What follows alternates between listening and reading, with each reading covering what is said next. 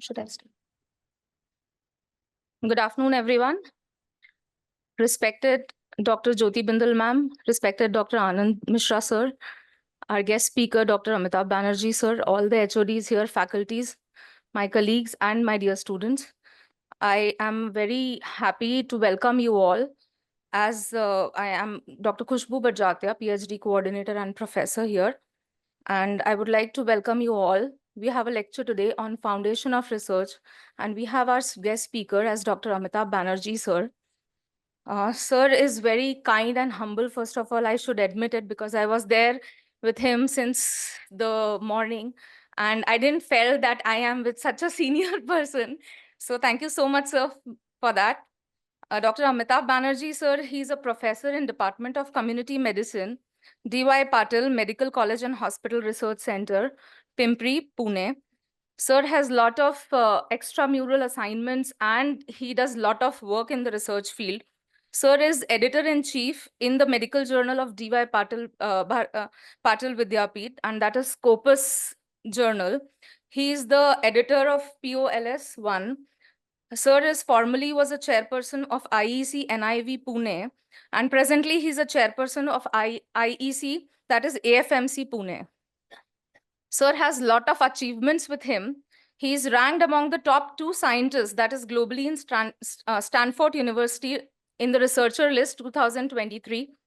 Sir is ranked amongst top 1 reviewers of the scientific literature globally, that is twice in 2017 and 18. Sir has number of more than 200 publications, research publications, citation that are more than 3,000. And most of the journals are indexed, highly indexed journals with the coefficient more than 24 and 41. So we have a very renowned speaker with us, and I would like Bindal madam to welcome the sir with a floral.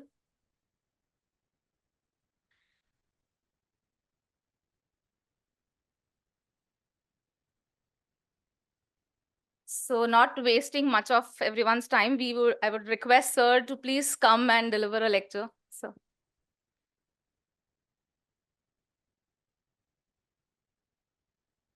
Thank you, Dr. Khushbu. Just a minor correction, not top 2% scientist top 2 में तो Nobel prize मिल जाता, 5 में से आ जाते 2 में. So top 2% anyway. Thank you so much. Thank you. And I feel like homecoming. I passed from Madhya Pradesh, Jabalpur Medical College, and I found all my senior persons here. Dr. Jindal, she is my batchmate from Gwalior, 72 batch. And I met my old teachers, Dr. S.D. Joshi and Mrs. Joshi. They were my teachers when I joined medical college, Jabalpur. They were in Jabalpur. So I just met them. So it is a homecoming for me, and I am humbled. I am humbled, and I am very grateful to the management for giving me such nice hospitality since yesterday. I had a wonderful, in fact, one of your faculty, Dr. Praveen, accompanied from Pune. And my wife got worried here. Why, what a coincidence. Why is accompanying you? I know where you are going. I hope you are not being kidnapped. Why they have got a professor all the way to Pune to pull you to Indore? She really got worried. Then I had to show no, I am. अरे बाहर हमारी ज़्यादा इज्जत होती है, यहाँ शायद घर में कम होती होगी. And I am telling people that nobody hears me in the house or in my college, so I have to come all the way to be heard. So anyway, I am very grateful to Dr. Vinod Bhandari, the chairperson, and Dr. Manjusri Bhandari, the chancellor, Dr. Jyoti Bindal, as I said, she is my batchmate, vice chancellor, Dr. Anand Mishra, registrar, and of course, Dr. Khushbu Barjatia, she has been showing me around the college. I learned so many things कि हमारे खुद के college में इतना प्यार से किसी ने घुमाया नहीं मेरे को जितना है. But they are wonderful work you are doing, and particularly I was very impressed with the dental work also, because I am a dental patient. So I could appreciate a lot of the high-end dental work they are doing, particularly the implant and the, so it's really a wonderful institution. I feel very proud since I always consider this my home state.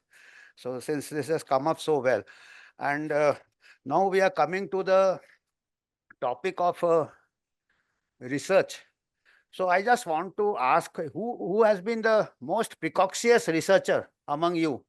सबसे पहला research सबसे young age में किसने किया? आप में से आप लोगों ने कब रिसर्च चालू किया?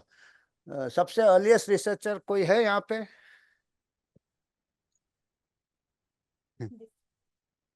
वो यंगेस्ट है, that is youngest.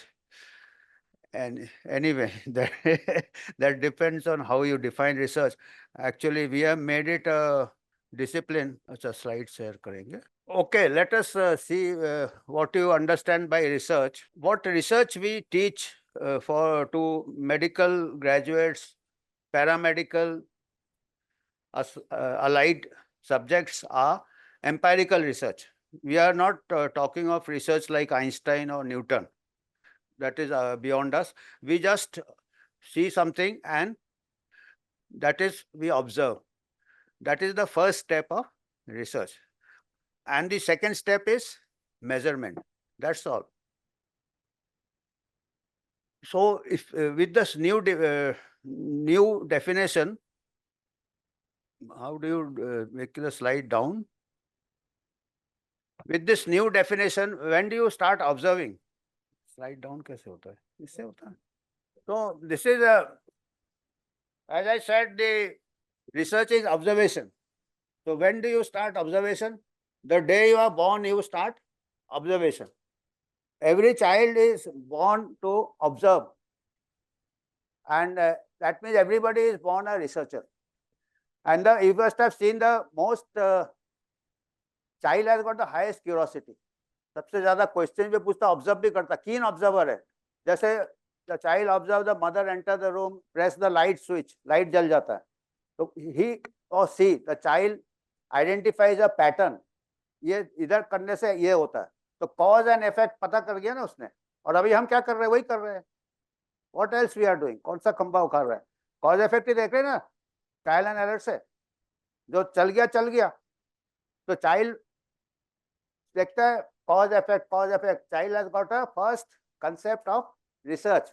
Then when the child grows up a little, the child will climb and खुद switch press करेगा, फिर देखेगा. So the child has done the first intervention study, है ना. फिर child क्या करता है? नेबर के घर में भी जाके स्विच दबाता है. तो he is trying to generalize कि हमारे घर में होता है तो अगले के घर में होता है कि नहीं होता. हाँ, तो हम वही कर रहे हैं यार. उसके लिए क्या बैठे आप लोग? चलो बैठो. सो उसके बाद किसी एक दिन ऐसा भी आता है जो स्विच जलाता है, लाइट नहीं चलता है, because there are other factors. उस दिन पावर कट है, तो that child is not aware of the confounding factors. Similarly हमारे साथ भी ऐसा होता है, कभी हमने किया कभी नहीं किया, फिर then we explore further to understand. So every child is born a researcher. So you all have been born as researchers. And when does your research career ends? It does not end at death. It ends when you enter formal schooling. Because you are given second-hand knowledge. You don't have to research. Book में लिखा है, teacher ने बोल दिया, क्या पूछना है? पूछोगे तो डांटते हैं. Research is about observing, measurement, and asking questions. The child is doing that. And the research career ends when the child enters school. Biggest barrier to research is knowledge. मालूम है तो फिर काय का रिसर्च करना है? हाँ, passive knowledge, not your actively acquired, passive knowledge. The greatest drive to research is ignorance. So most of you will feel reassured. So most of us are ignorant. हम तो cover up करते हैं अपना ignorance. Most of our heart of heart, even I am ignorant. So many things I didn't know when I was taken around, but I pretended I knew. But I feel reassured कि चलो मैं research कर रहा हूँ, जानने की कोशिश कर रहा हूँ. So ignorance के लिए don't be afraid of your ignorance. You will be a good researcher, because knowledge से क्या होता है?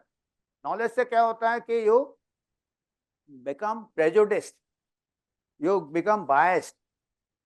I will tell to all clinicians, I keep telling. वो clinician बोलते हैं ना कि the eye does not see what the mind does not know. Madam is a clinician. उसके लिए काफी, अपने प्रैक्टिस के लिए काफी है, एस्टेब्लिश नॉलेज के लिए काफी है कि नोन चीज है तो मालूम होना ही चाहिए. The eye should not miss what is known, but for research the eye has to see what is not known. That is for research, that is for pushing the boundary. So this is, I am just telling you the basic concepts of research. अभी क्या है कि can we teach birds how to fly? हमारा बस चले तो भी हम कोशिश करेंगे। एक दिन हमने किया भी था कोशिश, बर्ड्स को बिठाया और हमने हवा का डायरेक्शन बताया, विंग ऐसे रखो, कुछ बड़े बड़े कॉम्प्लिकेटेड इक्वेशन, बर्ड्स अपने आप उड़ जाते हैं, बर्ड्स अपने आप उड़ जाते हैं। एकेडमिशियन कहेगा कि देखो हमने सिखा दिया इसलिए उड़ रहे थे, एक भी बर्ड नहीं मिल रहा, एकेडमिशियन अकेला रह जाता है। You cannot teach bird how to fly. तो similarly you are all, second best thing what to do is you get hold of human beings and teach them research because they cannot fly. This is a captive audience. उनको चाहिए credit points चाहिए, उनको PhD के लिए चाहिए या, so this is the best thing, but we can claim to teach humans how to do research. First randomized control trial, which is taken as the highest evidence in evidence based medicine, was performed by James Lind. वो scurvy हो गया था, वो ship में जाता था, everybody used to die of scurvy. Then he started randomly allocating and changing, किसी को lemon दिया, किसी को broth दिया, किसी को, and he randomly allocated. He found those who are getting the citrus fruits and lemon are surviving. And he was almost a medical college dropout. तो जहाज में बैठ के चला गया था. So he did not study any research methodology. He just observed. Similarly, Charles Darwin, he ran away from medical school. Why? Because he found the medical lectures very boring. And he just went around the world and observing Darwin's law of his observation. His observation brought the Darwin's law of natural selection, Darwin's law of survival. So these are all keen observers. So you have to develop. You don't feel I don't know. If you don't know, you will be a good researcher. That's why when you do the randomized control trial, you do blinding. Blinding क्यों करते हैं? Because you want to get back to the stage of ignorance. You don't know who is getting who, so that you are. तो जो पहले से ignorant है तो अच्छा है, सबसे अच्छा रिसर्च है, उसको ब्लाइंडिंग की जरूरत नहीं है। वो पिक्चर में बताते ना, तो वर्दी का सान बता रहा है तो वो पुलिस वाला हीरो अपना वर्दी निकाल लेता कि अभी लड़, तो वो नॉलेज का है तो वो ब्लाइंडिंग कर देते उसको, तो बराबर इसमें आ जाता है। You are getting it? The concepts की you have to be pure observation, will be without any bias, prior knowledge. So that would be the best research. So these are some of the things we have already discussed. What is research? We will go a little further. There are different types of research. Types of research. Research is observation and second is measurement. Internal and external validity क्या है? We will just talk shortly. And how do you frame a good research question? If you are starting your PhD now, how to frame a, and hypothesis testing के थोड़े concepts बताएंगे हम, because each is a session by itself. But if you know the concepts, you can negotiate your way. Types of bias in empirical research, तीन major type के bias होते हैं, and statistical concepts के बारे में हम थोड़ा बताएंगे. Statistics थोड़ा thorny होता है, but concepts बताएंगे, और I don't expect कि थोड़ा आपको sensitization होगा. Research हमने बता दिया, observation and measurement, और ये दोनों के बीच में 2000 साल का गैप था. ऐसा नहीं है कि ऑब्जर्व मेजरमेंट साथ साथ आ गए. Doctors were observers, very good observers. The first observer was Hippocrates. He saw airs, waters and spaces, वातावरण कैसे है, एनवायरनमेंट कैसे है, लाइफस्टाइल कैसे है, associated with disease, cold, hot and all. तो ही फॉरगॉट टू मेजर. तो मेजरमेंट चालू हुआ करीब ऑलमोस्ट 2000 साल बाद. 17th 18th century में there were some public health officials who started birth rate, death rate, counting the data. तो 2000 साल का गैप हो गया मेडिकल रिसर्च में, और आज के तारीख में हमारे ऑब्जर्वेशन एंड मेजरमेंट है. बल्कि आज हम और जल्दी जा रहे हैं. आज हम मेजरमेंट कर रहे हैं बगैर ऑब्जर्व कर, मैथमेटिकल मॉडल बना रहे हैं. ये देख कुछ नहीं है, ग्राउंड में कुछ नहीं कर रहा, हर कोई लैपटॉप में बैठ के मेजर किया जा रहा है अपना. So we are going ahead than observation also, but first it has to be observation then measurement. Deductive knowledge and inductive knowledge. I'll just give you. Deductive knowledge is from the general to the specific. You have a body of knowledge. It may be either by rational, logical school of knowledge, rational school, that was Aristotle, Socrates, the पुराने philosophers है. Euclid's geometry, mathematics, 2 and 2 is 4, 4 and 4 is 8. Sometimes, and inductive knowledge is you observe, you start from scratch, and you see a specific situation and try to go to the make it general law. And deductive is like आपके पास textbook है, all established knowledge, that is your medical student, dental student, they have a body of knowledge. The eye has to see what the mind knows. That is, from the general, you are going to your patient when you are observing. From the general to the specific, you go deductive. And from when you want to do research, you see your unique patients, or unique case reports, or unique case series, or unique findings. That is in your sample you have seen. And you try to make it, see whether it can be generalized.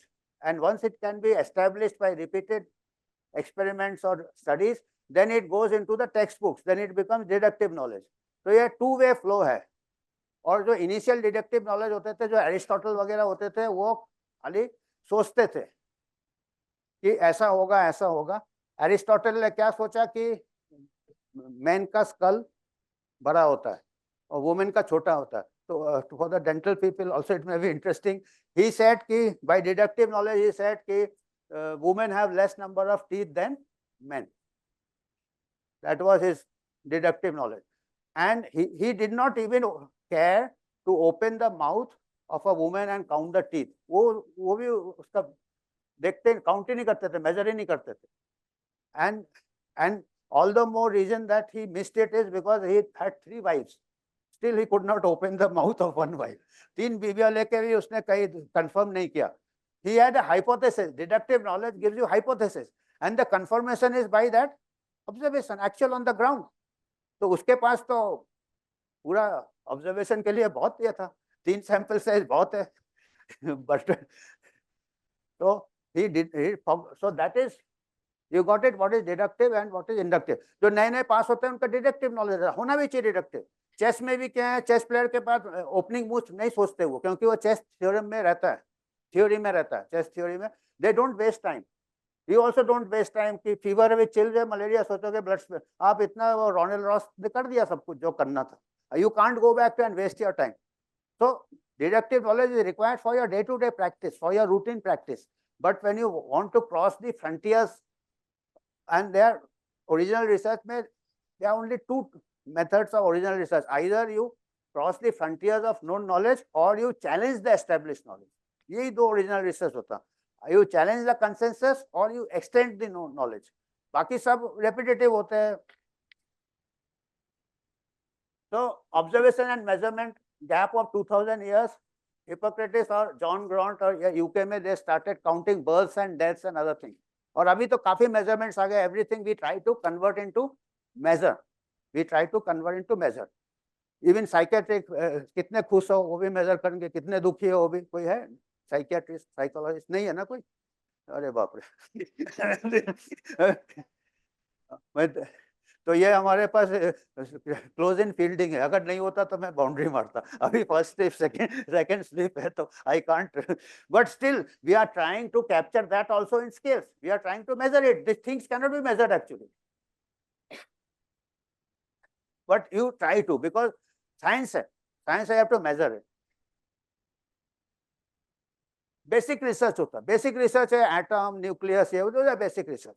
Those are a different type of researches. But as doctors, we are doing applied research. That is quantitative, where you observe and measure. दूसरा होता है qualitative. Qualitative research are you just things which you cannot measure, but you can capture verbal, non-verbal, cultural or social aspects. It cannot be generalized. Qualitative research is applicable only to a particular culture or society. Indians, they say Indians do they squat. आजकल table chair में बैठने लगे, तो उनके लिए research जरूरी है कि when you are thinking of knee replacement or hip replacement, they may require a different type of joint than the Westerners. Of course, now we are all Westerners. So there may be other factors, sometimes diet may be different for. So that is qualitative research where, and third is operational, which are usually used in management studies.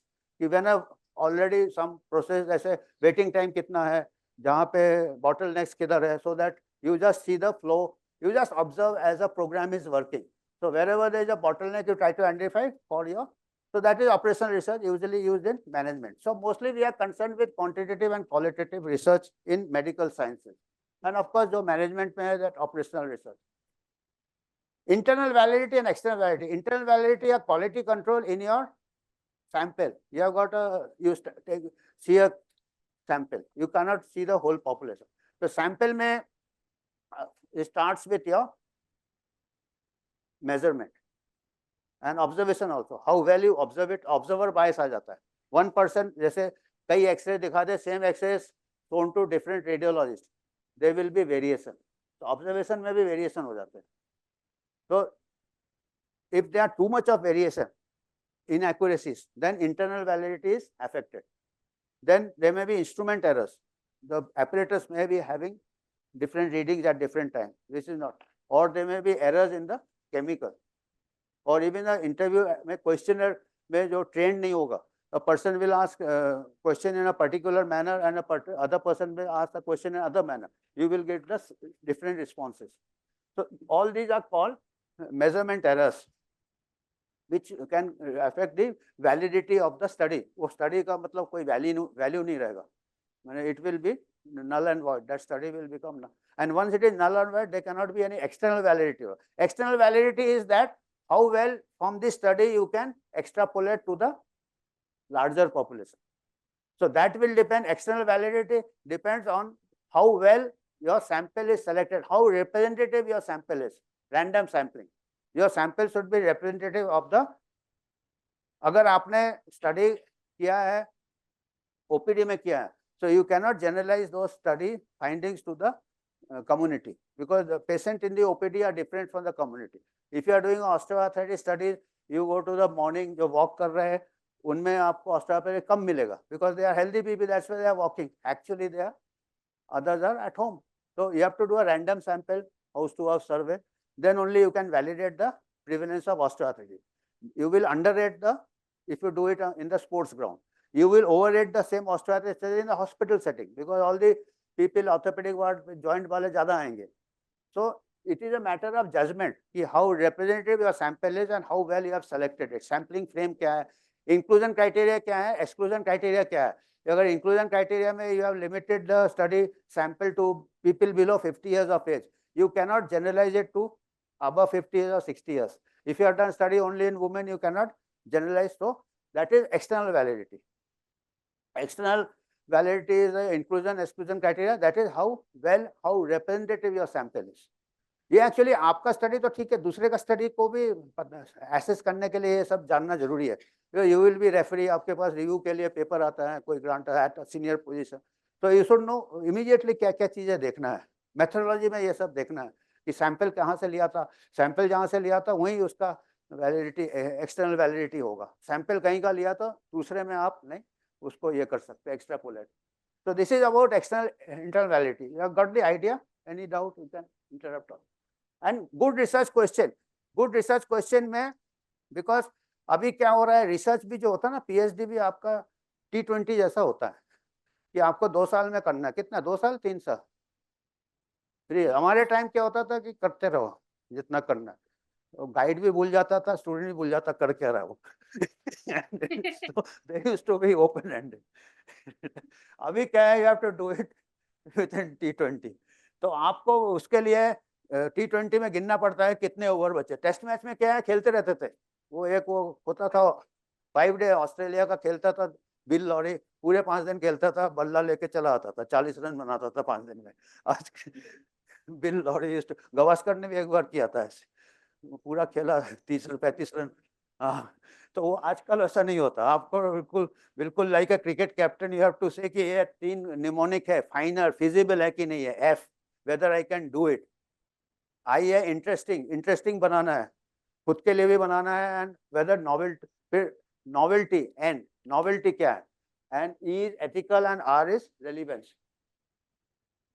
Feasible, human resource, money, material, हमारे पास expertise है कि नहीं है, patients भी मिलेंगे कि नहीं. मटेरियल में हमारे पास, अगर if I am doing a disease which is not very common, whether I am going to get the patients इतने, फिर हमको पुराना रिकॉर्ड देखना पड़ेगा कि पिछले साल में इस डिजीज के कितने पेशेंट्स आए थे, वो देखना पड़ेगा. फिर इंटरेस्ट होना चाहिए, because research can be very boring, very ये, so you have to be really interested.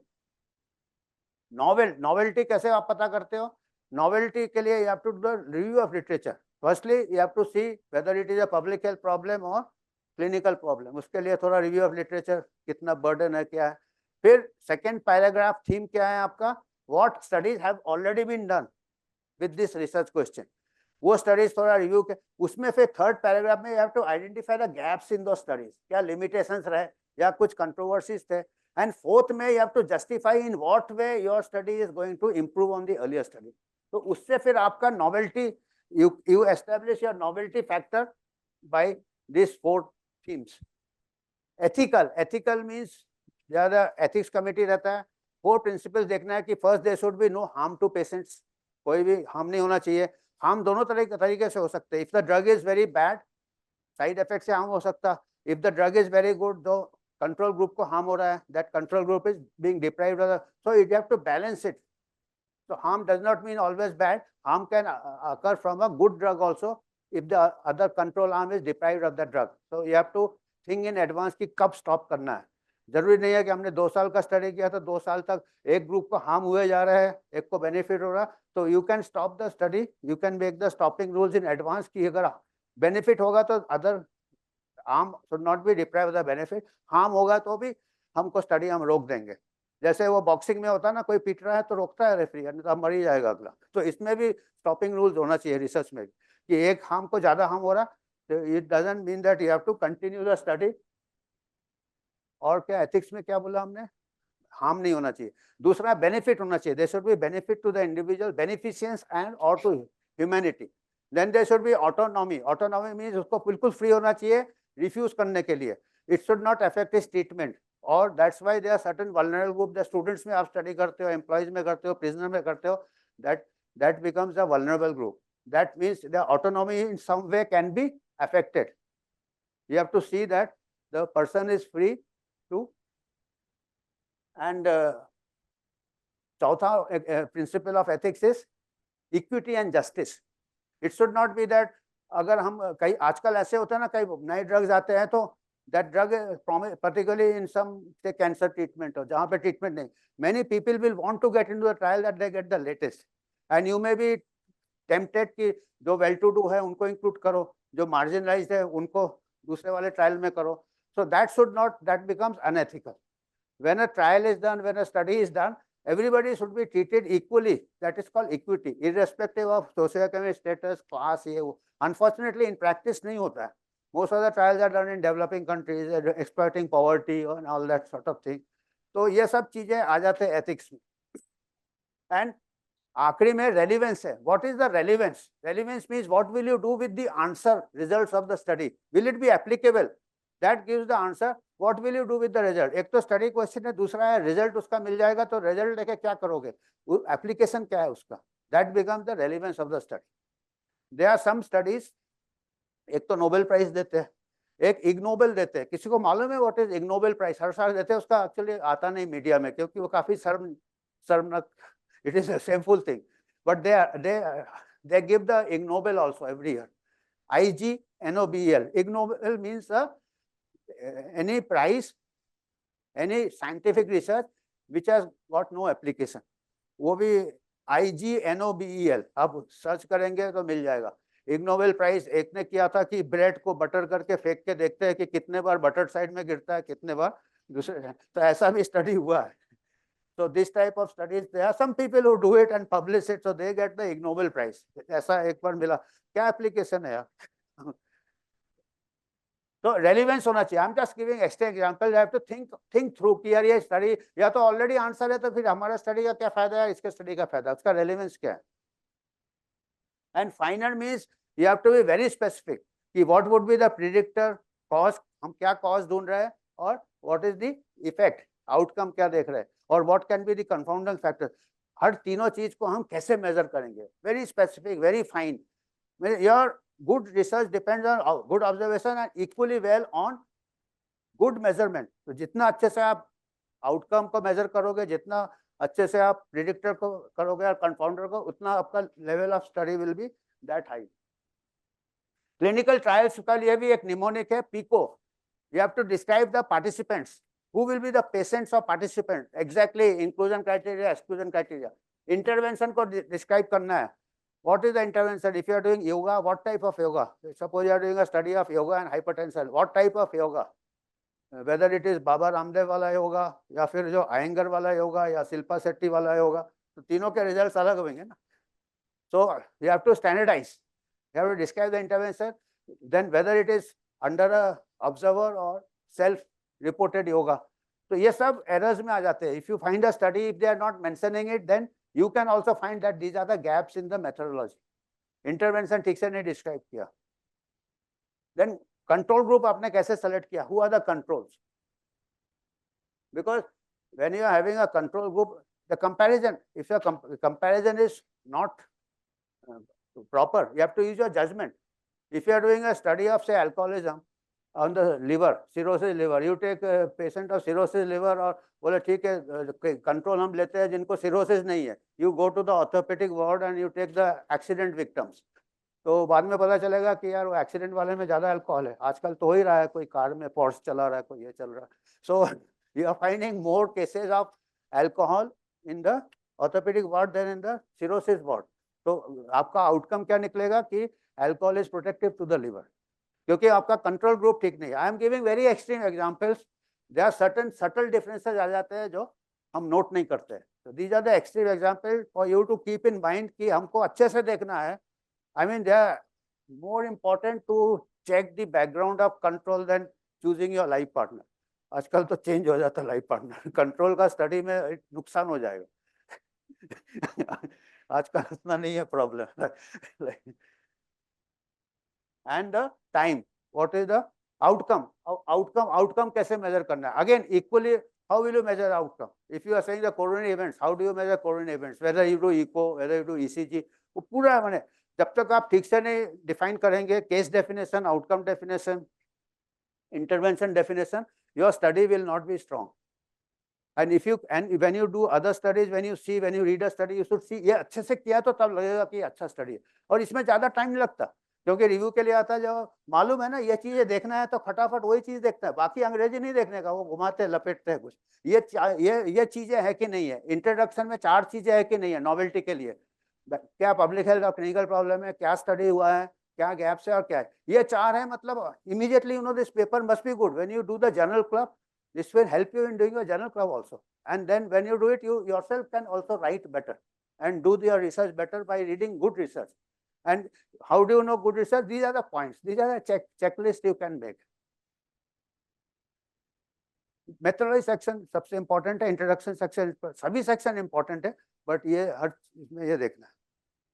Time, outcome and then time. Origin of a research question. कहाँ से research question आता है? ये भी that question they say a good research question is more than half the answer. Asking the right question is more important than knowing the answer. Literature review is the mother. जैसे मैं बताया literature बाकी लोगों ने किया होगा तो उनके गैप्स क्या है उसी को पकड़ने का है, या उनके कंट्रोवर्सीज क्या है उसी को पकड़ने का. और अभी तो काफी नॉवेल्टी के लिए अपॉर्चुनिटी मिलता है, because now methods of measurements are improving every day. Earlier studies must have done exercise by self reported. आजकल एक्सरसाइज नोट हो जाता है कितने कदम लिए, और भी मेजर्स है. ब्लड ग्लूकोज भी कंटिन्यूस मॉनिटरिंग होता है. So now there is much scope for your saying कि yes, we require more research with better measurements, so we can catch hold of this. Then both sides of the brain. अभी ये कहते हैं, अभी कई लोग कहते हैं, साइकोलॉजिस्ट लोग कहते हैं, is it okay right brain left brain है, ऐसे ही है ये.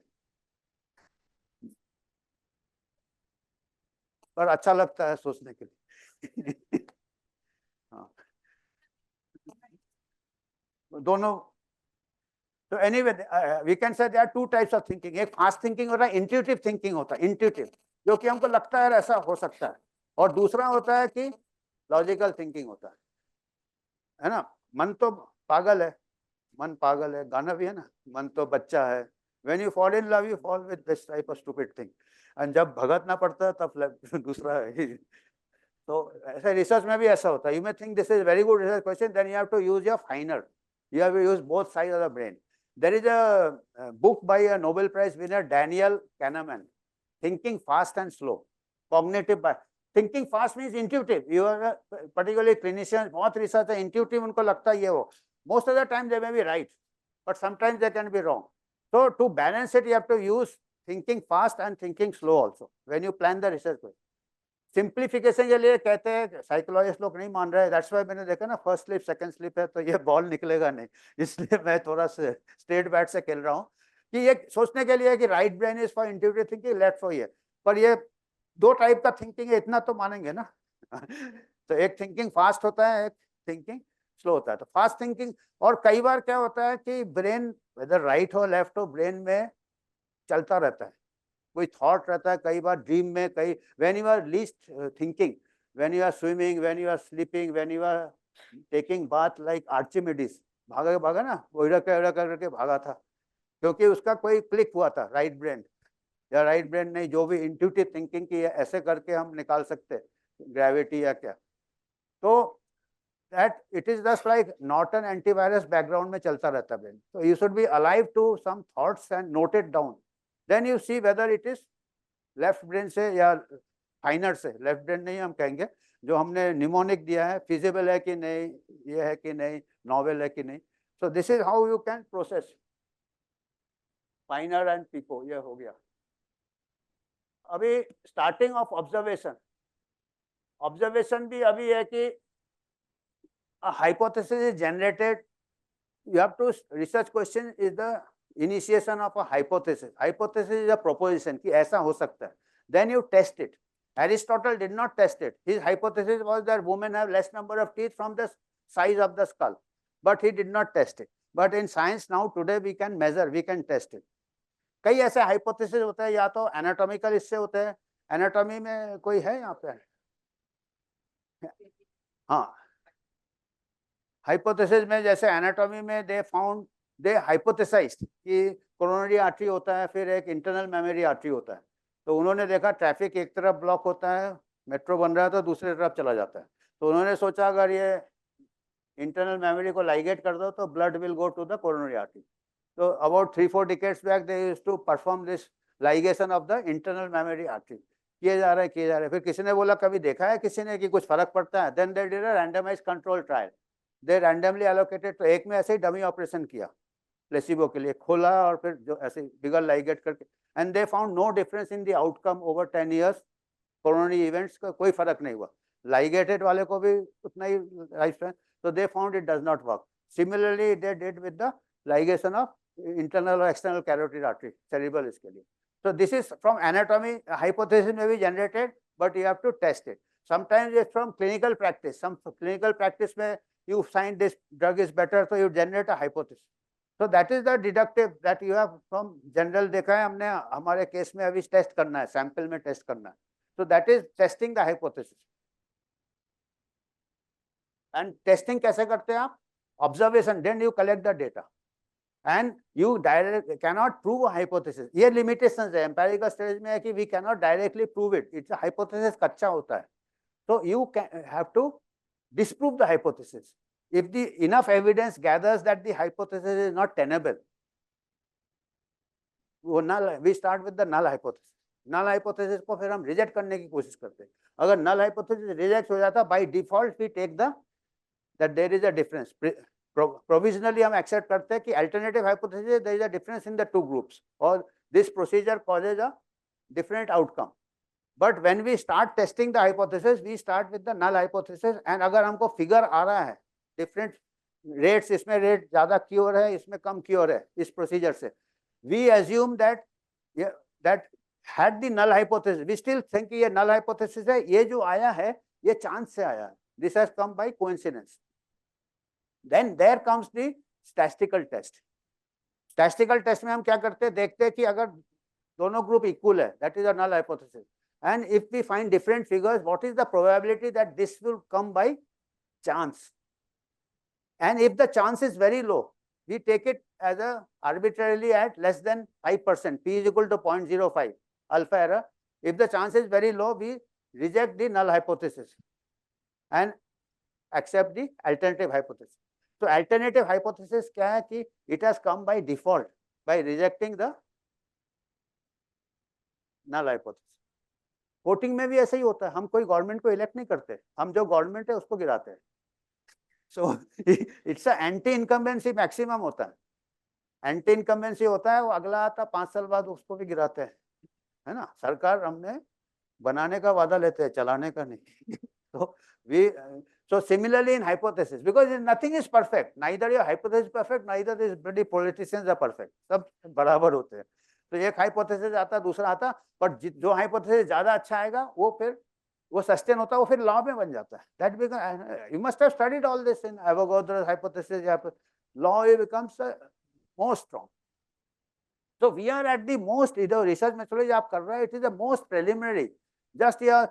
जस्ट अब जैसे वो करता है ना, पंचनामा करता है कांस्टेबल, तो ऑब्जर्व करता देखता है और हाइपोथेसिस बनाता है, चार्ट शीट बनाता है, फिर वो टेस्ट करता है नल हाइपोथेसिस.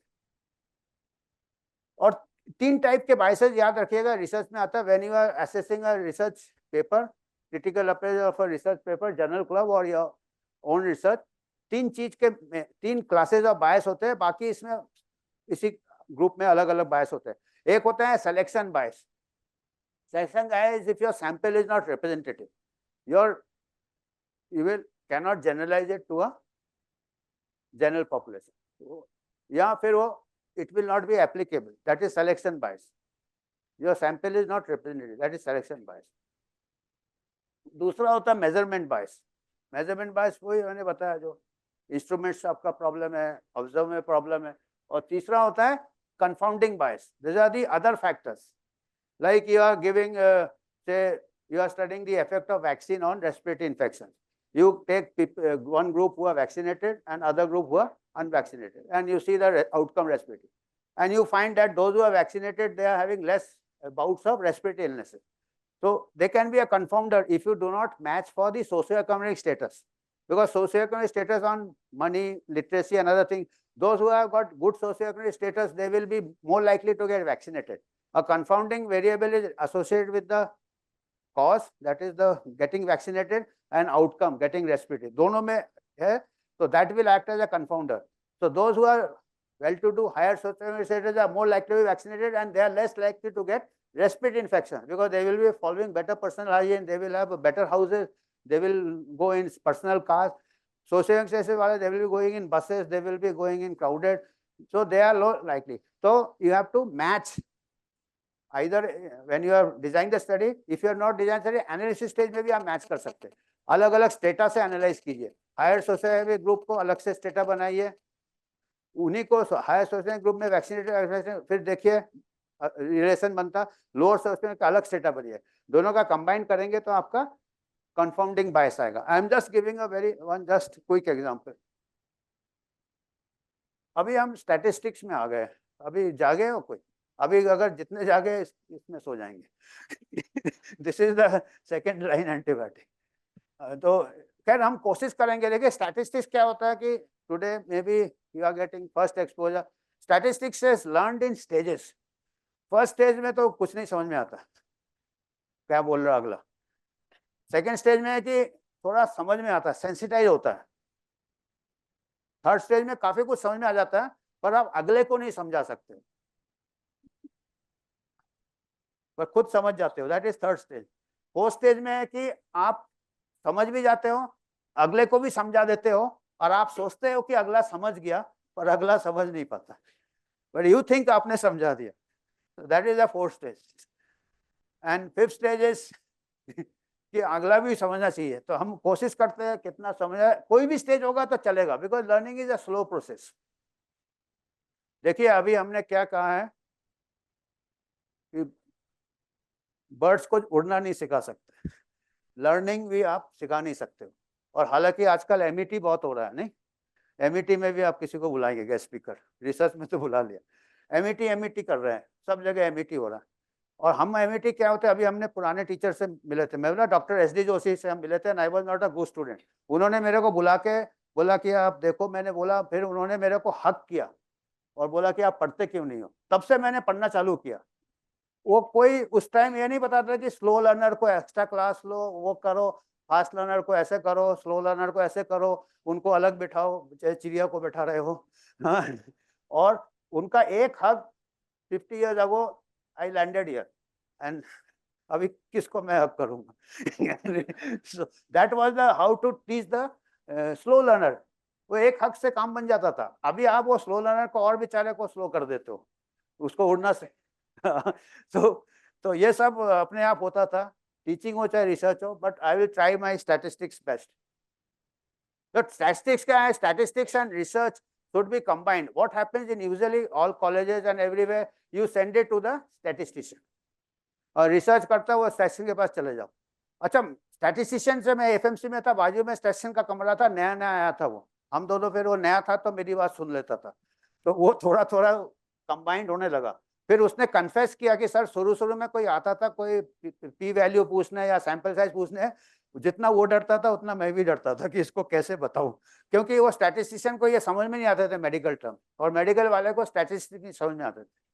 तो most of the statisticians are as afraid of you as you are afraid of them. But चलता रहता, वो बना देते टेबल जिस किसी को समझ में नहीं आता. पर for a good research you should know some insight, you should have a statistical sense, which we will try to give today. Type of measurement, concept of hypothesis, ये टाइप 1 टाइप 2 है, पी वैल्यू, कॉन्फिडेंस, ये 3 4 5, ये 5 चीज आप समझ जाओगे ना, पूरा स्टैटिस्टिक्स समझ जाओगे. इसी में सब सीमित है. और अभी आप ये 5 खाली नोट कर लो, और मैं कोशिश करता हूँ थोड़ा समझाने का. नहीं भी समझे तो फिर से कोशिश करो समझने का, आजकल नेट में आ जाता है, ये जाता है, एग्जाम्पल से समझ जाओगे. मेजरमेंट सबसे पहले होता है. कंसेप्ट ऑफ हाइपोथेसिस से आता है type 1 type 2 error. P value मैंने बताया कि प्रोबेबिलिटी हम एक्सक्लूड करते हैं. हम नल हाइपोथेसिस लेके चल रहे हैं, अगर फिगर्स अलग आ रहे हैं तो पहले हम सोचते हैं कि प्रोबेबिलिटी होगा. सबसे पहले तो आप सोचोगे यार सिलेक्शन बायस तो नहीं है. ये 3 स्टेप में जाइए. सिलेक्शन बायस एक्सक्लूड कीजिए, फिर मेजरमेंट बायस एक्सक्लूड कीजिए, फिर स्टैटिस्टिकल प्रोबेबिलिटी एक्सक्लूड कीजिए. उसके बाद एज्यूम कीजिए कि ये कुछ नया फाइंडिंग है. These are the stages of confirming your research or establishing your research or reading other person's research. तो मेजरमेंट में 3 चीजें हैं. either you can count something, you can measure something, or you can rank something. count, measure, rank, बस इतना ही काफी है. और इसी के ऊपर आपका स्टैटिस्टिकल टेस्ट बनते हैं. 3-4 टाइप के स्टैटिस्टिकल टेस्ट होते हैं, और उसको हमने बहुत कंफ्यूजिंग बना दिया है. होते 3 ही टाइप के. जैसे कार के 3 गियर होते हैं, स्टैटिस्टिक्स के 3 गियर. हम मालूम होना चाहिए कौन सा गियर कब लगाना. जब हम काउंट करते हैं, काउंट कैसे करेंगे? काउंट को हम आइदर क्योर्ड और not cured. How many cured, how many not cured, male female, you count male female. हालांकि आजकल और भी आने लगे नहीं साइकोलॉजी में, transgender vendor, others not disclose, वो कंफ्यूजन हो गया ना. मेल फीमेल हम तो काउंट करेंगे, बाहर से मेल लगता है मेल, हमको अंदर अभी क्या पता. तो दैट इज कैटेगरिकल. ऐसे ही कॉम्प्लिकेटेड स्टैटिस्टिक्स अभी और कॉम्प्लिकेट कर रहे हैं यार. पता चला यार काउंट करना भी हमको नहीं आता है, तो हम कहाँ जाएंगे फिर. तो we will just go for dead alive. Dead है मतलब जब तक वो चल लेता, कभी कभी अलाइव है. अब वो ऐसे भी घूमते कई अलाइव जो कि, but we count them as dead alive. Cured, not cured. This can be summarised as percentages, numerator denominator. जैसे इन्फेंट मोर्टेलिटी, इतने इन्फेंट मर गए, डिनोमिनेटर नंबर ऑफ डिलीवरीज. तो एक हमारे को समराइज हो जाता. And how, what are the test? Chi square test और ऑड्स रेशियो और रिलेटिव रिस्क. न्यूमरेटर डिनोमिनेटर जहाँ होता है, ऑड्स रेशियो, रिलेटिव रिस्क या काई स्क्वायर. हम टेबल्स बनाते हैं. अगर हम इसको दोनों ग्रुप में कंपेयर कर रहे हैं, काई स्क्वायर से करेंगे कैटेगरिकल डेटा होगा, तो इसको हम काउंट कर सकते हैं. ठीक है, इसमें इतना ठीक है. स्टैटिस्टिकल टेस्ट इतना लगेगा, काई स्क्वायर लगेगा, जिसको हम काउंट कर सकते हैं. एक न्यूमरेटर होगा, एक डिनोमिनेटर होगा, उसको हम स्टैंडर्डाइज करने के लिए, रेट करने के लिए. Otherwise if I say there have been 50 cases of hepatitis in Indore and 20 in Bhopal, पता नहीं चलता आपको डिनोमिनेटर से इंदौर का पॉपुलेशन कितना है, भोपाल का पॉपुलेशन, तब हम स्टैंडर्डाइज कर सकते हैं. That is called rate. So that you have to. Then other type of scale is measurement. You can measure height, you can measure weight, you can measure blood pressure, hemoglobin level. These are exact. As far as possible, whenever you try measurement, you try to see for a scale like this, measurement, which are called quantitative scale or interval scale. This is summarized by mean and standard deviation. And the tests are based on mean and standard deviation, distribution of mean. And that's why they are called as parametric test. 2 sample होगा तो T test लगेगा, 2 से ज्यादा होगा तो ANOVA लगेगा. तो ये फर्स्ट गियर हो गया, chi square, odds ratio. Second gear हो गया T test ANOVA. Actually second set should be non parametric क्योंकि ये सबसे efficient है, third gear जैसा जाता है ये. So this is the best type of significance test because you are using all the data, all the gradation of the data. Paired is before and after. The same sample you have given intervention and the same sample acts as the control. That becomes a paired T test. अगर दो अलग अलग sample है तो वो unpaid T test. फिर ordinal scale है, there is a ranking, जैसे grades of muscle power. Grade 1 of muscle power होता है, ग्रेड 0 होता है, हिलता नहीं है मसल. ग्रेड 1 में just a flicker of movement. Grade 2 is against gravity. Grade 3 ऐसा कुछ है. तो grade 1 is bigger than 0, grade 2 is bigger than 1, but exactly the gap between 1 and 2 and 2 and 3 are not same as in a measurement scale. जैसे 2 centimeter, 4 centimeter, 6 centimeter, 2, इसमें आप ये नहीं, but there is a sort of a gradation. Pain score में भी कई बार होता है, साइकोलॉजिकल स्कोर में भी कई बार होता है, तो इसमें एक रैंकिंग सिस्टम होता है. तो this is a in between the categorical chi square and this. इसमें नॉन पैरामेट्रिक टेस्ट लगते हैं.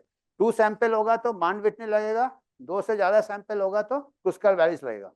ये मतलब आपका when you go to the programme this will give, so you should know which test to choose depending on data. Similarly when you are conversing with the statistician, you have to tell the statistician हमने इसको ऐसा किया. statistician को भी नहीं समझ में आएगा, ये तो उसको फिगर लगेगा, ये इंटरवल है या ये रैंकिंग है, उसको नहीं पता, उसको बताना पड़ेगा. तो ज्यादा नहीं है इसमें, 1-2 बार बैठने से समझ में आ जाता है. तो median and range non manageable test difference, तो ये 3 टाइप के टेस्ट है. और अगर चौथा टाइप का होता है कि when you find that there may be number of causes and which is affecting outcome, उसमें आप मल्टीवेरिएट एनालिसिस कर सकते हैं. If you have to go for, if there are number of causes which are affecting the outcome और there are number of confounders, then you controlling for one factor, you see the effect, control for that other factor, that are called control odds ratio, adjusted odds ratio और multivariate. इतना नाम मालूम होना चाहिए कि आपको लग रहा है कि 3-4 आउटकम में 3-4 चीजों आउटकम है. So then you can do multivariate effect of one, control for the other factors. तो that concept you should know कि आपको लग रहा है कि यार हार्ट अटैक खाली सिगरेट स्मोकिंग से नहीं होता है, एक्सरसाइज, लैक ऑफ एक्सरसाइज से भी होता है, obesity से भी होता है. So there are number of factors which causes coronary artery disease. So you can do a multivariate analysis to see the effect of one, control for the other effects. So which has, so you getting idea then I.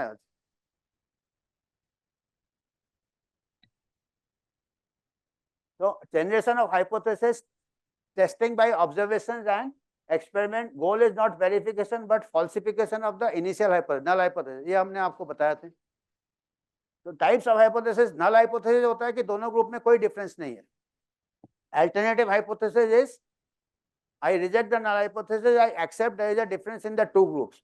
And what is one tail hypothesis and 2 tail hypothesis, ये खाली आपको जानकारी के लिए है. आपको हमेशा 2 tail, 1 tail hypothesis means I am only interested in seeing कि this drug A is better then drug B. I am not interested in seeing कि इट इज इंफीरियर. हम एक ही साइड देख रहे हैं. वो जो ये होता है ना, कर्व होता है 2.5 इधर, तो हम एक ही तरफ का पकड़ रहे हैं कि इधर वाला जो होगा वही हम देख रहे हैं. That is 1 tail. 2 tail means I don't know, this में भी बेटर, दिस में भी inferior when I am going. So by default you have to go for a 2 tail hypothesis, because if you are going 1 tail means already आपको bias आ गया कि ये better ही होगा, हो सकता है इंफीरियर भी हो. तो बेस्ट स्टडीज आर 2 टेल, उसमें थोड़ा सैंपल साइज ज्यादा होता है. If somebody has used, if you read a paper where they have used a 1 tail hypothesis, they have to have a very strong justification, either only seeing the side effects or whatever, so they have to justify it, otherwise it is a foul. तो ये खाली आपके knowledge के लिए मालूम होना चाहिए, but by all ये it is 2 tail hypothesis. Types of research design hypothesis testing के लिए ऑब्जर्वेशन स्टडीज है कि जहां पे you are just observing, the investigator is not adding anything, not controlling the experiment. Like if you are allocating one group and other group by random allocation, that becomes the intervention study. You are just observing smokers, non-smokers. You have not told them कि you smoke, you don't smoke. They are smoking on their own choice. That becomes observation study. So it starts with a case, one case is observation study.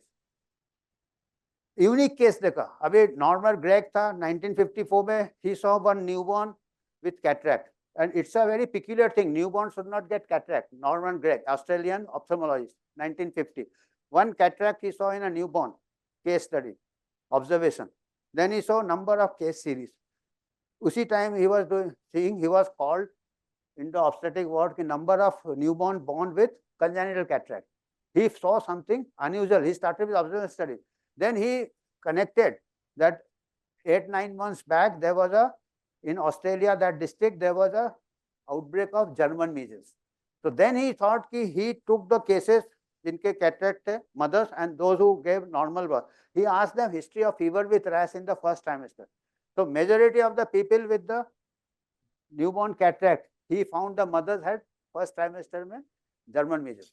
Healthy को second trimester, third trimester German measles हुआ नहीं. तो उससे उसने establish किया कि German measles can cause congenital cataract syndrome या congenital rubella syndrome. उसके साथ दूसरे भी anomalies मिले, cardiac disorders, other disorders. You are getting this point. So these are observation studies.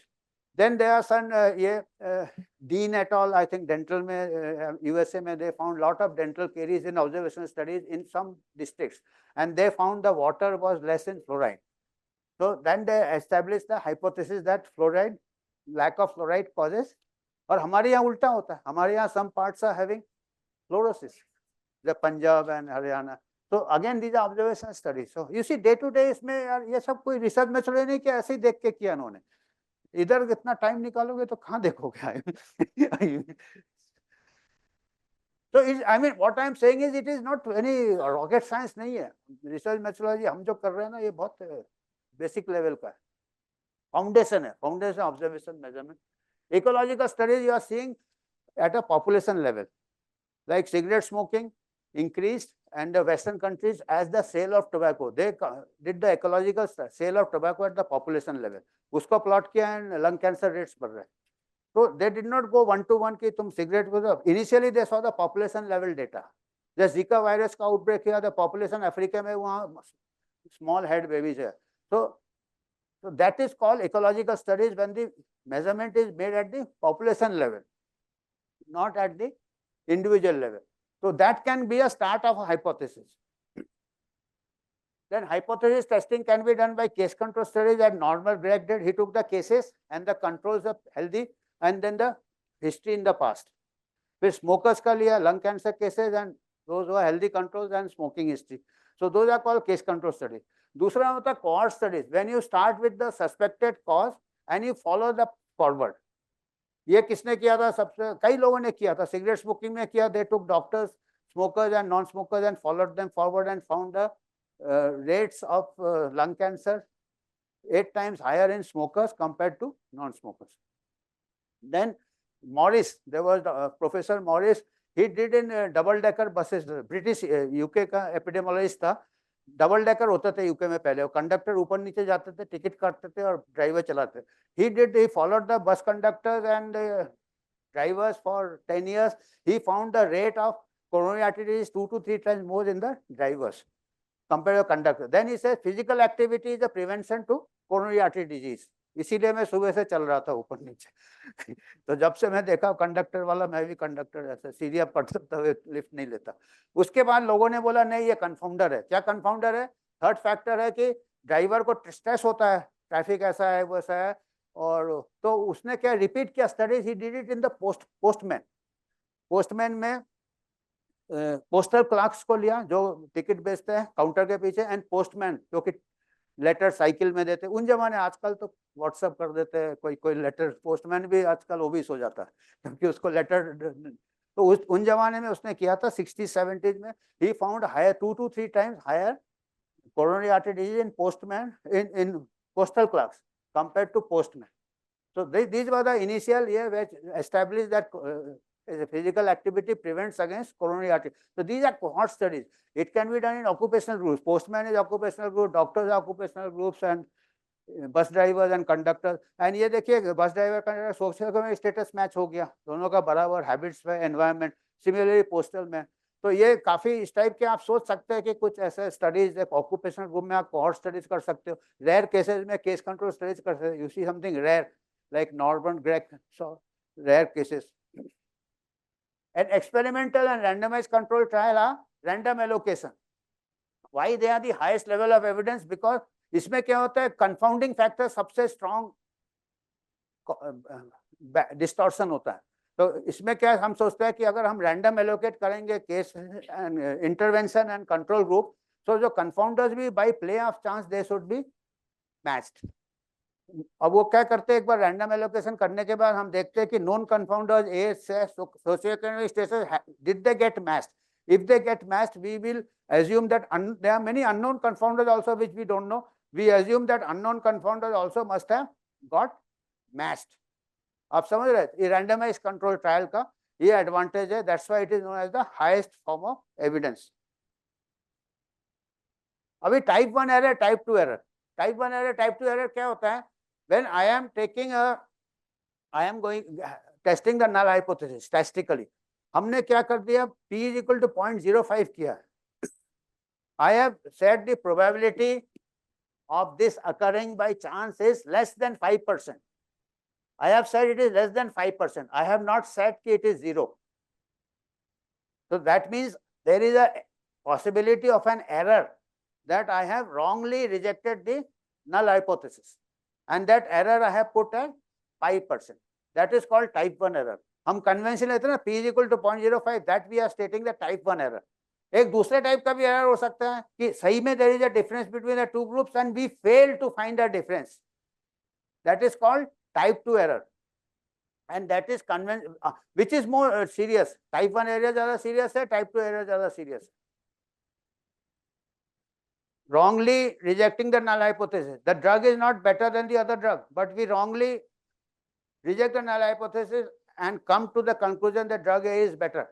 Is this a bigger error, or there is actually a difference between A and B and we fail to detect a difference between A and B? That is, I am saying, is type 2 error. तो आपको आपके मत में which is the more serious type of error, type 1 or type 2 error? Type 1. Type 1 आपके dissertation के लिए ठीक है, क्योंकि p वैल्यू नहीं आएगा तो आपका बोलेगा क्या किया स्टडी. पर usually we keep type 1 error 0.05, type 2 error we are more lenient 0.20, 20%. Why? Because in actual practice, if rejecting the null hypothesis, you say drug A is better, it will involve a lot of policy change. It will involve manufacturing a new drug, changing the policy. well established drug को आप एक दिन में हटा रहे हो एक ही study के बेस पे. तो we are more strict with the type 1 error. Type 2 error है कि ठीक है, ये बच्चा अभी नहीं पास हुआ, अगले बार पास हो जाएगा. मतलब type 2 error we keep 20%, that we are ready to accept missing the difference when there is actually a difference. That is type 2 error. But this is no hard and fast rule, it all depends on the research question.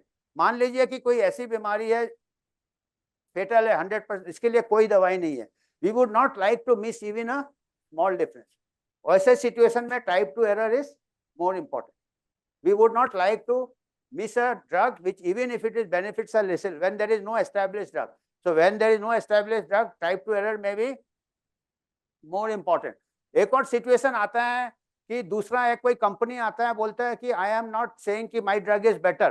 I am only trying to say that my drug is same, equal to this drug. Means he is trying to retain the null hypothesis. तो अब type 2 error में क्या होता है, हम wrongly null hypothesis को retain कर लेते हैं, 20% मार्जिन रखते हैं. तो वो तो ड्रॉ के लिए खेल रहा है ना, और कोई ड्रॉ के लिए खेलता है उसको मुश्किल होता है. तो we have to be more careful. This is called equivalent studies. आपको जर्नल क्लब करेंगे तो कई बार पढ़ेंगे equivalent study. New drug has come, established drug से चीप बना रहा है, और वो कह रहा है कि हम इक्वल है, हम बराबर ही की नहीं, हम आगे की नहीं, हम बराबर ही बोल रहे हैं. तो इक्वल है, तो I will give it cheaper to you. I will give you commission also. So it is, then you have to be very careful कि ये ड्रग inferior तो नहीं है, क्योंकि अगर आप टाइप 2 एरर ज्यादा करेंगे तो उसका inferiority छुप जाएगा उसमें. आप समझ रहे, लॉजिक समझ रहे, लेकिन लॉजिक भी नहीं समझ में आ रहा. I am trying to assess the psychologist. Usually it is their job to read the ये. ठीक है, वो अभी फर्स्ट स्टेज ठीक है. मतलब यू आर अंडरस्टैंडिंग कि जो ड्रॉ के लिए खेलता है उसको हराना मुश्किल होता है. तो उसके लिए आपको देखना है कि देखिए टाइप 2 एरर में there is a difference, but I am failing to find a difference. तो डिफरेंस सुपीरियर भी हो सकता है, डिफरेंस इंफीरियर भी हो सकता है. नया दवाई बोलेगा हम नहीं, हम चाहते हैं बराबर है, पर अगर आपने उसको टाइप 2 एरर आपने बढ़ा रखा ना, तो इंफीरियर भी बच जाएगा.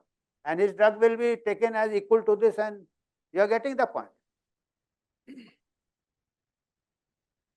So ये I have compared it with Jolly LLB, Court of Law. हम कहते हैं ना अंधा कानून, एक्चुअली हमारा रिसर्च भी उतना ही अंधा है जितना कानून अंधा है, दोनों ऐसे ही चल रहा है अनाधुन. देखिए similarity between the research study and the court of law. Court of law में क्या होता है कि इनोसेंट आता है, वो पुलिस बोलता है इसने मर्डर किया, ये क्या चार्जशीट करता है, बट व्हेन इट द जज के सामने आता है he is presumed innocent until there is proved guilty. Similarly, when we hypothesis है, जब हम experiment start करते हैं हम क्या कहते हैं कि null hypothesis till we collect data, we reject the null hypothesis. Similarly, innocent के लिए against witnesses आते हैं. फिर दो गिल्ट क्या होता है, did commit crime, either वो मुजरिम ने गुनाह किया है, और अल्टरनेटिव हाइपोथेसिस क्या है कि there is a association present, difference is present. Criteria for rejecting innocence क्या है, बियॉन्ड रीजनेबल डाउट. जज के पास पी वैल्यू नहीं है, actually justice is more handicapped than us, तो they just go by reasonable doubt. हमारा क्या है, अल्फा एरर. रिजेक्ट करने के लिए हमने अल्फा एरर जो भी सेट किया, usually we set it at 5%. Correct judgement, दो तरीके से करेक्ट जजमेंट कर सकते हैं, whether it is a court of law or whether it is research. There are two ways to do it rightly and there are two ways to do it wrongly.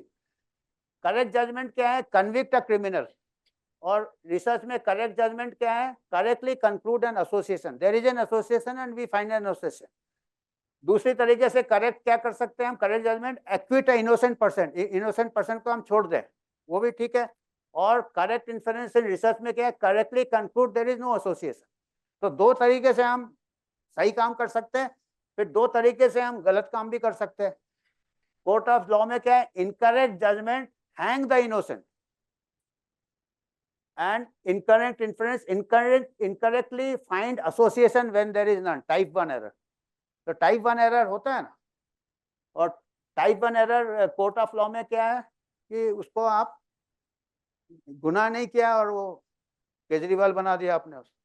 तो और आई don't know about Kejriwal, मैं follow नहीं करता हूँ. सो जो भी है कि जिसने पिक्चर भी बन चुका है ना, वो उसका सिद्दीकी का पिक्चर बना था, वो चला गया था बदलापुर. बदलापुर में हो जाता है ना टाइप 1 एरर, बाद में खुद ही वो कर देता है टाइप 1 एरर से. तो पूना में शूटिंग हुआ था इसलिए मालूम. तो टाइप 1 एरर आप समझ रहे हैं ना, it is more serious no, whether convicting a innocent person is more serious और कन्विक्टिंग और leaving a person who is. Type 2 error क्या है कोर्ट ऑफ लॉ में, incorrect judgement is acquit a criminal, जिसने एक्चुअली क्राइम किया है उसको आपने छोड़ दिया. और रिसर्च में क्या है, wrongly fail to find an association when there is an association. तो टाइप 2 एरर हम कहते हैं कि मोस्टली हम type 2 error we are lenient in research except there is a very serious कि there is no treatment for some condition और infinity none. और type 2 error court of law में क्या है, क्रिमिनल को छोड़ देना. तो ये is it okay to leave a criminal, then it is okay to hang a innocent person, which is more not okay. First one is not okay, second one is comparatively okay. क्या problem है यार, politician बन जाएगा, party ticket मिल जाएगा.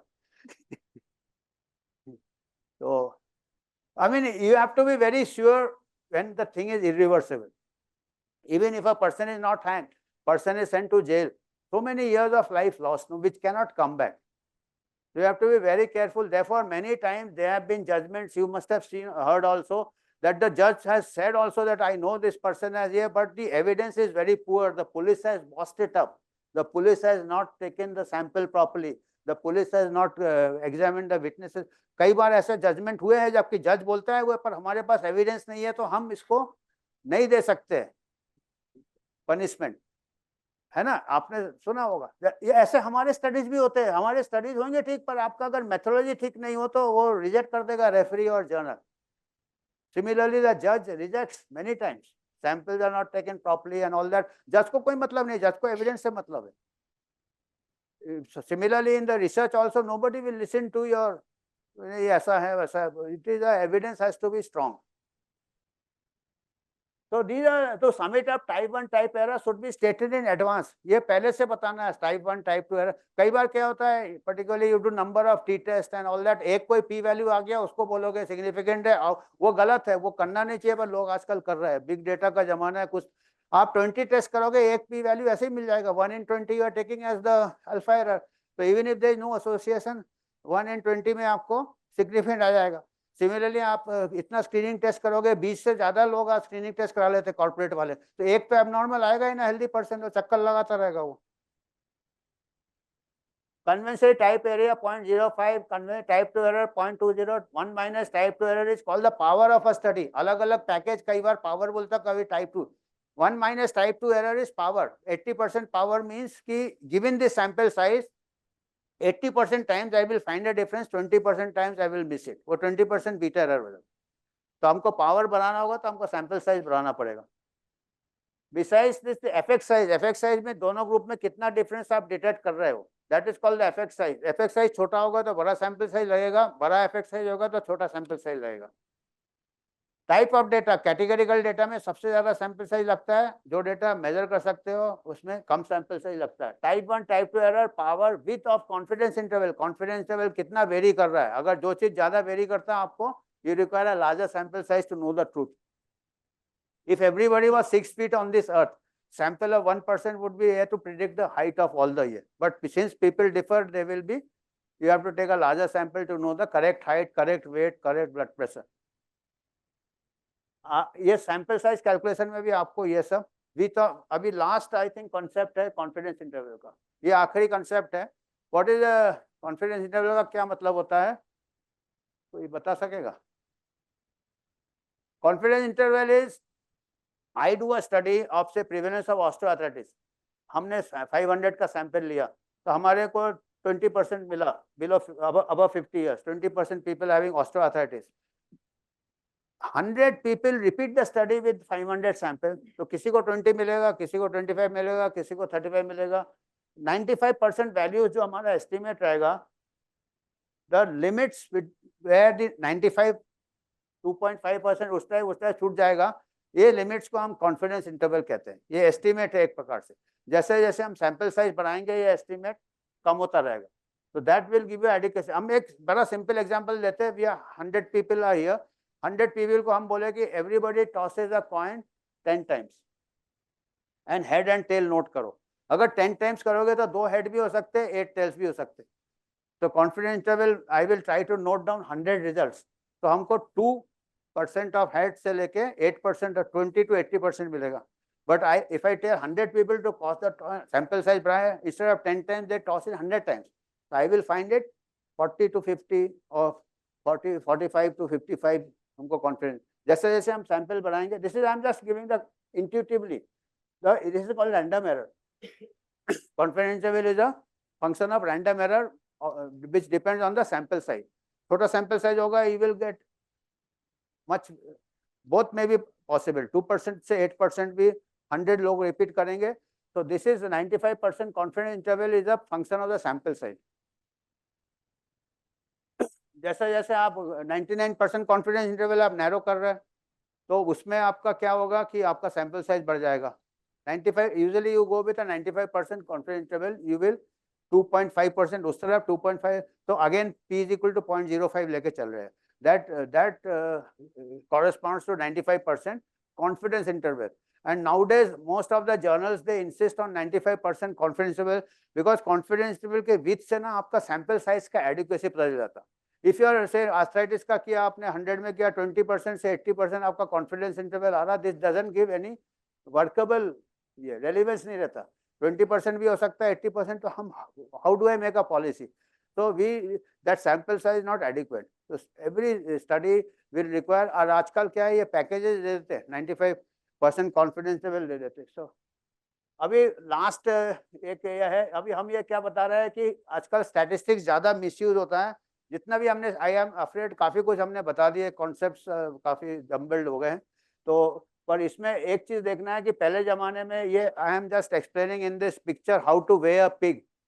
वे a pig क्या है कि पहले ज़माने में क्या होता था कि हार्ट में, ये कोई किताब में दिया है कि हार्ट में क्या होता है, पिक को कैसे वे करते थे, एक ये बीम लेते थे, ये बीच वाला जो बीम दिख रहा है आपका प्लैंक और फल्क्रम, दिस इज बायोस्टैटिस्टिक्स। ये बिल्कुल स्ट्रेट होता है, बहुत अच्छा स्टाइल। और एक तरफ पिक को रखते थे और दूसरी तरफ बोल्डर भरते थे, और जब बैलेंस हो जाता था बिल्कुल परफेक्ट, ये जो कि हमारा परफेक्ट स्टैटिस्टिक्स है, एक एक बोल्डर का वेट को गेस करते थे और टोटल करके वो कैलकुलेट करते थे वेट ऑफ द पिक। और बोल्डर क्या है, बोल्डर में आपका सिलेक्शन बायस है, मेजरमेंट बायस है, ऑब्जर्वर बायस है, अदर टाइप्स ऑफ एरर्स हैं। So that those things are more important than the statistics, the plank, which can statistics can be redone anytime. But आपके अगर वो चीजें बेसिक चीजें है ना, that I try to convince कि whenever you are seeing a paper, don't get intimidated by the statistics. You see कि इन्होंने confounding clear किया कि नहीं, selection bias clear किया कि नहीं, measurement bias clear किया. That is the most, that is the foundation of research. Since it is a foundation, that is the brick. Because if you do the wrong statistics वो rework किया जा सकता है, पर आपका बेसिक्स ही गलत है, आपने मेजरमेंट के टाइम आपने सिलेक्शन बायस है, आपका कॉन्फिडेंस है, कंफाउंडर्स है, ऑब्जर्वर एरर है, मेजरमेंट एरर है, तो all that is quality control is most important. तो वो उतना मालूम होना चाहिए, कोई डरना है स्टैटिस्टिक्स से, डरने का नहीं है, बोलो कि हमको ये चीजें हमको बताओ। तो that is what I am saying. दूसरा होता है कि हमारा कॉज क्या होता है, क्योंकि हम जो अभी क्या हो रहा है, हमारा कई बार आर्गुमेंट भी हुआ है, मैथमेटिशियन से आर्गुमेंट हुआ है, जो फिजिसिस्ट से आर्गुमेंट हुआ, बोलता है आप लोग का यार कुछ पक्का नहीं पता चलता, आज इस चीज का कॉज है, कल उस चीज का कॉज है। मैंने बोला यार हमारा जो ह्यूमन बॉडी है ना, बहुत वेरिएशन होता है, आपका मशीन जैसा नहीं है कि कार एक ही मेक का है, इतना ही KPL है आपका, हमारा इतना वेरिएशन होता है कि वी कैनॉट। तो अभी क्या होता है कि जब भी अभी क्या हो रहा है कि medicine is becoming the newest science, जबकि it is an oldest art. तो अभी जैसे जैसे साइंस में डिस्कवरी होता है ना, तो काफी लोग जंप कर जाते हैं कि अभी हमको मिल गया, अभी हम सब कंट्रोल कर लेंगे। सबसे पहले क्या स्टार्ट हुआ था, आपको मालूम होगा, लुईस पास्चर का germ theory of disease. Germ theory of disease जब हुआ, there was a big excitement in the medical world that अभी तो हम जर्म कंट्रोल कर लेंगे, कोई बीमारी नहीं होगा। तो उन्होंने फिर कंसेप्ट ऑफ कॉज क्या बनाया, कॉक्स पोस्टुलेट था कि ये आएगा, इससे क्या है, चार भूल भाल गया, कॉक्स पोस्टुलेट था ना कि ये डिजीज करेगा, इसको दूसरे में डालेंगे तो फिर डिजीज करेगा, उससे निकाले में चौथे में डालेंगे तो फिर एनिमल से। तो it is a necessary cause, the germ, the pathogen, the virus और any cause is necessary as well as sufficient to cause the disease. Cause postulate है ना कि उसको डालोगे तो सफिशिएंट है, नेसेसरी भी है, सफिशिएंट है। जैसे किसी को मीजल्स हुआ तो बिगर वायरस का मीजल्स नहीं होगा, और जितने को वायरस ये हुआ तो वो नेसेसरी है और सफिशिएंट भी है, उसको पक्का होगा, सफिशिएंट है। बाद में पता चला यार कई टीबी पेशेंट्स घूम रहे हैं, आज भी हमारे घूम रहे हैं, many people are infected but only few people get the disease. तो उन्होंने बोला यार चलो थोड़ा मॉडिफाई कर लेते, यार जम नहीं रहा है। तो उन्होंने बोला ठीक है, नेसेसरी तो है बिकॉज बिगर माइक्रोबैक्टीरियम टीबी से आपको, but it is not sufficient. फिर चलो ठीक है, अभी ऐसा थोड़ा कॉम्प्रोमाइज हो गया। उसके बाद फिर अभी कोरोनरी आर्टरी डिजीज आ गया, लंग कैंसर आ गया। अरे यार सिगरेट स्मोकिंग है तो क्या यार, इतना अच्छा स्ट्रॉन्ग एसोसिएशन है, 8 times मोर है, but then there are many smokers who do not get lung cancer, then there are many non smokers who get lung cancer.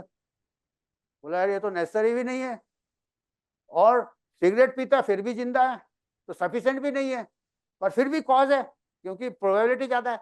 Similarly with heart disease, heart disease में भी यार बोला ठीक है यार, cause में भी नाइदर नेसेसरी नाइदर सफिशिएंट, पर फिर भी कुछ तो है, तो हम इसको रिस्क फैक्टर बोलते हैं। तो इतना मतलब after making everything you have to think, ये एक्चुअली जिंदगी भी ऐसी है। अगर आप अपनी जिंदगी देखें ना, मैं अपनी जिंदगी बता सकता हूँ क्योंकि है पास, आप लोग तो कुछ अभी स्टेजेस में है कि when you are young and in love, no you think यार you get the beloved, that is necessary for happiness, उसके बिना तो हम जी नहीं सकते। और अगर वो मिल जाए तो मेरे को कुछ नहीं चाहिए, ना मांगे सोना चांदी, दिल के बदले दिल दे, और है ना, नेसेसरी एंड सफिशिएंट कर लेते शादी जल्दी जल्दी, emergency use authorisation.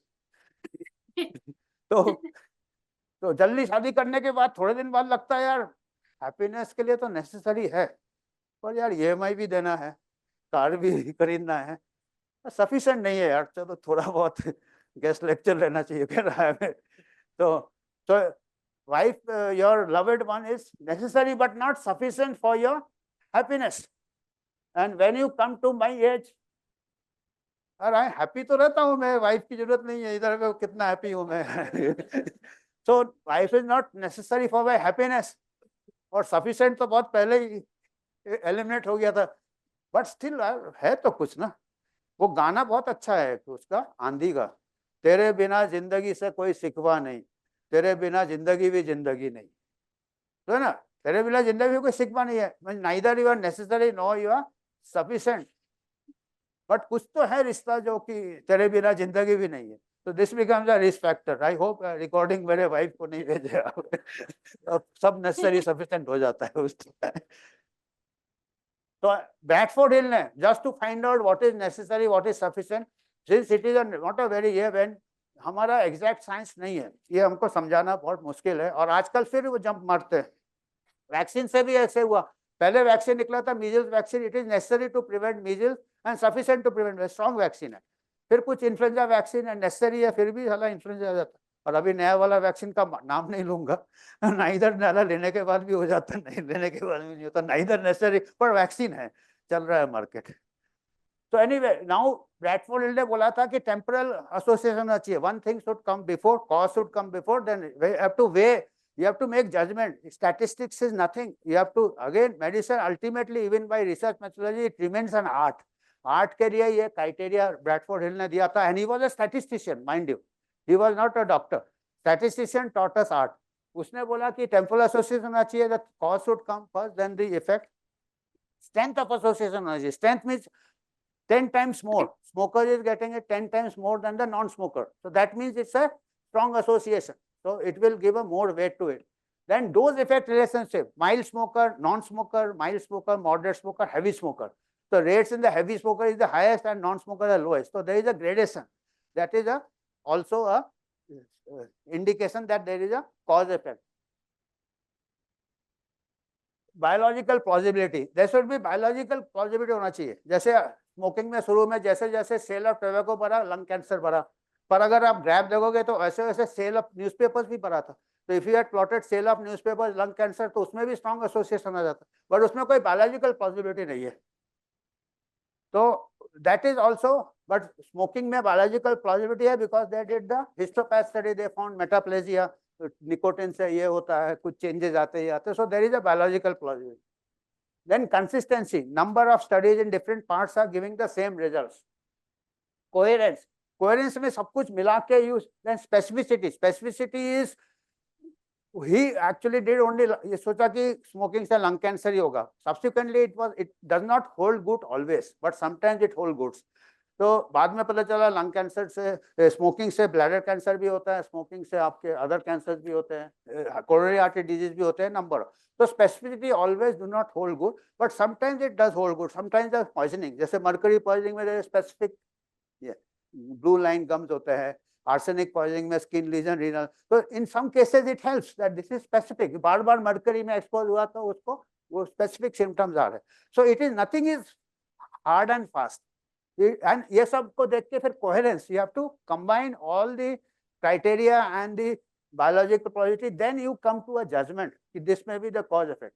Statistics and other things are steps in reaching some sort of tentative conclusion. I think it, and these are some of the good references. अभी आप लोग PhD कर रहे हो तो आप लोग ये किताबें जरूर लीजिएगा. हली, डिजाइनिंग क्लिनिकल रिसर्च, ये किताबें आपको लाइब्रेरी में मंगाइए, बहुत अच्छा किताब है. इसमें सभी ये जो मैंने बताया इन्हीं से कंसेप्ट लिए. अभी I have hurried through this because we have to just hear, these are the topics. You take it, whatever we have covered, you take it the topic heads, we should understand more and you will understand more. ज़्यादा rocket science नहीं है. Browner का ये सबसे अच्छा किताब है. This is my favourite book number 2. इसका शायद मैंने PDF भी मिल जाएगा आपको ऑनलाइन. ब्राउनर का किताब है publishing and presenting clinical research. It is how to write your dissertation, भी इसमें टिप्स मिलेंगे. जो भी mostly of my things which I said is from this book. And how to submit a paper for publication, how to respond to reviewers comment. Then आप लोग कोई poster presentation के लिए जाता, how to make a poster for poster presentation. Very very helpful book. Actually ये book दे दो तो ये सब की जरूरत भी नहीं, बहुत अच्छा है, एक छोटे छोटे चैप्टर्स है, and how to give an oral presentation also, how to, तो ये काफी अच्छा किताब है, नंबर 2 पे है। और ये कुछ मैंने एडिटोरियल्स लिखे थे, research and the anaesthesiologist, mostly for general clinicians, anaesthesiologist, ये छोटे छोटे एडिटोरियल्स है इंडियन जर्नल ऑफ एनेस्थीसिया में, स्टैटिस्टिक्स एंड फॉर सर्जन्स, ये इंडियन जर्नल ऑफ सर्जरी में मेरा एडिटोरियल है, और ऐसे लिखे थे so that this is written the same things which are in a language which is applies to the clinicians. The clinicians are busy and which they maybe, मेरे को लगा कि शायद समझ में आया, तो हो सकता नहीं भी समझ में आया, क्योंकि वो स्टेज होता है ना, अपन को लगता है कि अगला समझ रहा है, हो सकता अगला कुछ नहीं समझ रहा है, आउट ऑफ पोलाइटनेस हाँ बोल रहा है, ठीक है भाई, झूठा ही सही पल भर के लिए। Any questions? I have tried to cover.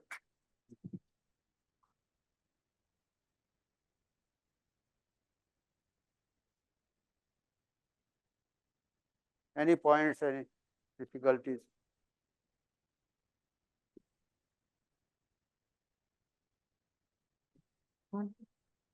Again, I would like to thank you so much, sir, for this wonderful lecture. Indeed, it was very humorous, and I think it is a difficult topic to understand, but you have summarized in such a nice way. I hope everyone would have really gained from it. Now, I would request Anand Mishra, sir, to please give away the appreciation to sir.